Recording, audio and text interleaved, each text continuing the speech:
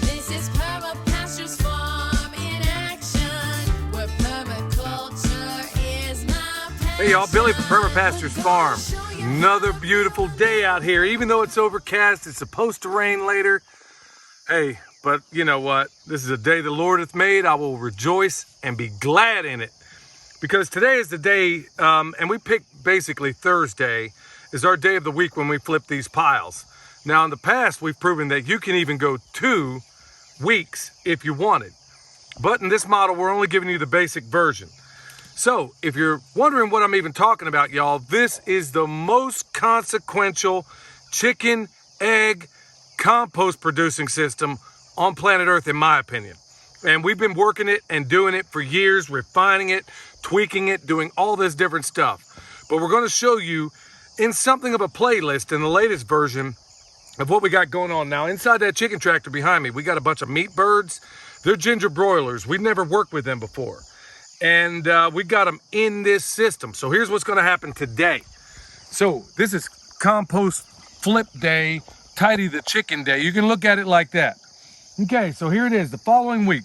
Take a look around at what we got. We got the old compost pile, and we got the one that's about to be another. It's already a compost pile, even when it's in this cage. As long as you have carbon and nitrogen, a little bit of air and some water, a little bit of moisture, that's composting right now. In fact, you can feel a little heat coming up off of there. So what we got in this cage, for those that don't know, or maybe you missed the last video, we processed a couple of pigs, and their guts and everything else, bones, you name it, is all down in there. At least the bones I can't use to make bone sauce, which, by the way, we sell at the website. It's all down in here. Here's what's going to happen. See this pile right here? We're going to flip it. This happens once a week. We're going to flip it, add a little bit of air, check the moisture on it, and if it needs water, we'll add some. So that essentially is going to flip nearly on its own footprint. We're going to put it right here. We're going to disassemble this cage, reassemble it about where the chicken tractor is, take this pile, and then flip it down the hill. So what happens just once a week, this is where you got to put foot to butt. So once a week, we're going to take each, and remember, these compost piles have got to be at least 1 cubic yard. We're going to take everything and we're going to flip it once a week. And what happens, you'll see that this compost is going to be more developed. The one that's about to go out of the cage becomes more and more developed. I got a little bit left of what they need, of what they had in that chick food, so I'm just using it up. So we're going to reassemble everything and get that going. But first things first, remember, as we do this, we've been expanding the net. It's basically been doubled on itself. Now, as they get bigger, as we have, less concerns about hawks or whatever that may be flying over, we'll expand and give them more and more of the cage. We're going to open up the back of this. We're going to weed eat that stuff down because chickens can't stand real high grass, and we didn't have a ruminant go through and knock it down first. So we're going to open up the back of this thing, move the chicken tractor, and then do everything else. We'll talk you through it. Y'all, this is not difficult. We've had a number of people so far do it with enormous success. It can be done, but especially in these times where people are wondering, hey, can I afford my chick food? Can I afford any of this stuff? We're showing you ways that we've been doing for a long, long time on how to do it. So let's get it done.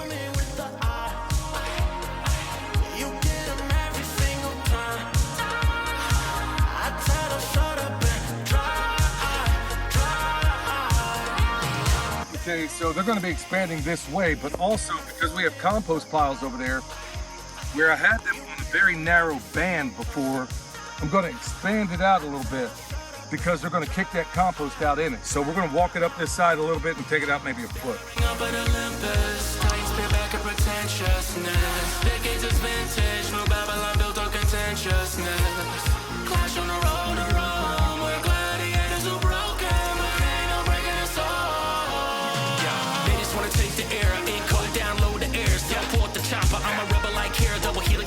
With Jesus, I'm a chimera looking at these golden years flying by fair force. They cutting it off for the food too. Analytics they used to recruit you. Wars of painting their sex on your Sun Tzu. They don't want the individual, just a carbon copy. True spitting that manicotti, yeah, I'm talking saucy. All they want to build is a prison world full of pet Tamagotchis. We're gonna leave them in there while we flip the compost. Trust me, you're gonna love yourself for doing it that way. Even though they're a little bit frustrated right now, not a big deal. They're gonna be very, very happy before long. So what's gonna happen, we're gonna flip these compost piles, and the bedding we have inside there will be the base of what we put on for the brand new compost pile. So that bedding will go in, throw their food on top, and at the end of every day over the next week, we're gonna add more carbon, because every day they come out here, they got their food that they didn't eat and the poop they left behind. So that's your nitrogen layer. Then we're gonna add more carbon at the end of every day until we get to the very top, just like you see back here. So with that said, it's time to go on up here. It's gonna be easier for us to flip this first. And then we can even back that net off depending on where the other pile is. So we're gonna flip this one first, and we're gonna drive on. They wanna push me to the center like a cell, they wanna spin up at the center of the nexus, me. They want me to bow down, but I'm a warrior, I'm a warrior. I will never bow down, 'cause I'm a warrior, I'm a warrior. They want me to bow down, but I'm a warrior, I'm a warrior. I will never bow down, 'cause I'm a warrior, I'm a warrior. Baby, you cannot fool me with the eye. You get 'em every single time. I tell her shut up and dry. Baby, you cannot fool me with the All right, 1.5 cubic yards, 1.5 cubic yards. Now there was two of us doing the flipping, and Michelle was working the hose. And for those of you out there that think, oh man, this is too much work for me. Well, when I was in my mid 40s, I was doing 1, 2, 3, 9 piles by myself. So it can be done, but also it really goes back to the mindset and how you approach a lot of this stuff. And I got to be honest with you folks. I mean, the thing I'm so sick and tired of hearing is that's too much work. It's just work. And it can be good work depending on how you look at it. Now, take me for example. Here I got myself about 30 pounds overweight. I'm down 10 so far. But as I'm doing this, I'm not thinking about how hard it is to turn this pile. I'm thinking about how awesome I'm gonna look by the next Self-Reliance Festival, you dig? That's where my brain's at. And I'm also— Flex on them, Dad. Yeah, don't make me— John, take a good look. You see that? Yeah, hard as woodpecker lips. And you're taking care of all that carbon. Speaking of carbon, check it out. Take a good look at that shirt. I love this thing because it kind of says it all. But really, at the end of the day, I don't look at this or anything I do around here at work. First of all, I'm never working because I'm doing what I love. So if you're going out here and you're doing this begrudgingly, then this life ain't for you. But if you come out here, you do this, and while I'm doing it, I know that I am producing the world's best compost for my property. And speaking of which, here's the older pile. You can see that it's a little more developed. You can even see some steam coming up off of there. There's the one we just flipped. It's not as developed, but as the weeks unfold, you're gonna find out how beautiful a system like this is. Also, when you combine zoning with it. Here's why I'm saying it. Because I can literally go over here with some of this Syntropic thing I got going. I can either take some of this stuff that ain't no good, and Michelle's gonna help me out here. I can take some of this stuff that ain't no good, some of these tomatoes that, got neglected or fallen to the ground. Hey, it happens to the best of us. We can even take this comfrey. You can see comfrey. Justin from Metcalf Mills calls this place Comfrey Lane because literally we have it everywhere. But think about it. I can take my handy dandy rice knife, cut this off, throw it right over here to the benefit of the chickens. Or, like Michelle's doing right now, she can take that, throw it in the compost cage down there, and then it's off to the chickens. And then we can even go further down. Check this out, y'all. Look at the beauty of all this system. This is why zoning and planning makes sense. So when that compost is finished, where do you think I'm gonna put it? Right over there around these trees. And look at that, we got a pear, Asian pear. See this, y'all? This is how we do it. So we can go ahead and pull while we're working down here, we can do all that. We got a little bit of a mess down here, but check this out. If I want, I can sit here and eat breakfast right now. Oh man, you can't buy that in the store. So all the ones that hit the ground are the ones that are messed up. Guess where they're going? Over to the chickens. Think about the symbiosis in this, y'all. So we're building compost. We're taking all of our waste streams, throwing it over to the birds. At the same time, as we produce compost in this system, as you'll see, we take the compost and put it right back in here in our Syntropic gardens that are alongside of our fruit trees and everything, and get our harvest all at the same time, y'all. This is why all of it doesn't go in isolation. It works like the fingers of your hand. So let's say you got the chicken tractor on steroids. Let's say you got a garden. You think they ought to be next to each other? Bam, that's exactly how it goes. So with that said, here's what's gonna happen next. We're gonna go ahead and let these birds out. And I'm just gonna we're gonna take the bedding that's inside there, put that in the bottom of where that cage is. We're gonna take that bedding, put it in the bottom of the cage, and let's just see what happens. Let's watch their behavior. Let's see what they do, because now that we've stirred up these piles, they're gonna start showing a lot of interest in them, and I'll show you why. So we'll just wait.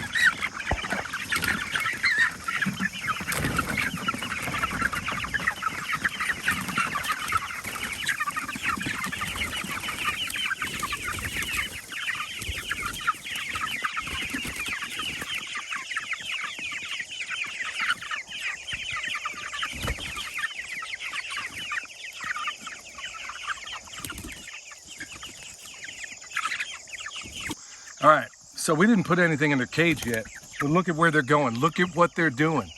They're already starting to get the memo that if they want all their protein, bam, that's where you go. That's where the dinner bell's at.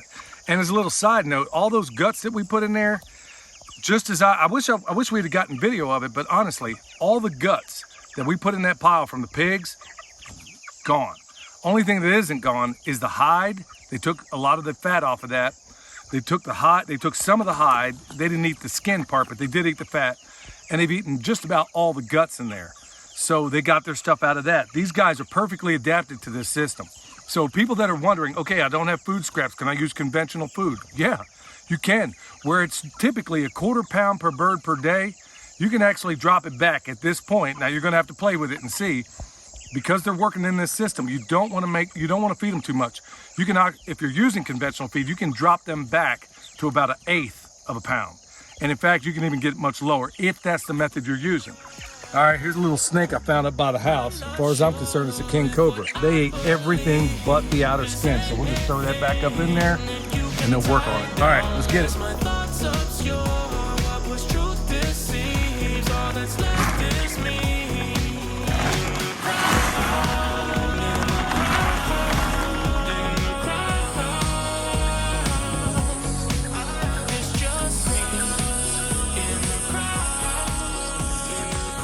All right, take a look over there, y'all. They're doing exactly what they're supposed to do. They're getting all the protein out there. All we got to do is add carbs. Today, like I said, they are easily adapted to 100% food scrap, but it's pretty awesome to see. Now, because of our zoning, because things are where they're supposed to be and where you ought to want them, in this bucket, we got a little bit of bull poop, and I've referred to what I really think that is. And at the bottom of that bull poop, we basically have their store-bought chicken feed, which we're all out of. I'm just gonna reach right over here. This is gonna do a couple things. I got this handy dandy rice knife. You can take as much as you want. They're only gonna eat what they want, okay? Yeah, think about it, made in China. The one thing that we have in America that actually should be made in China. So, I'm gonna grab these, put my rice knife over here. We got a bucket of more comfrey over there for the pigs later.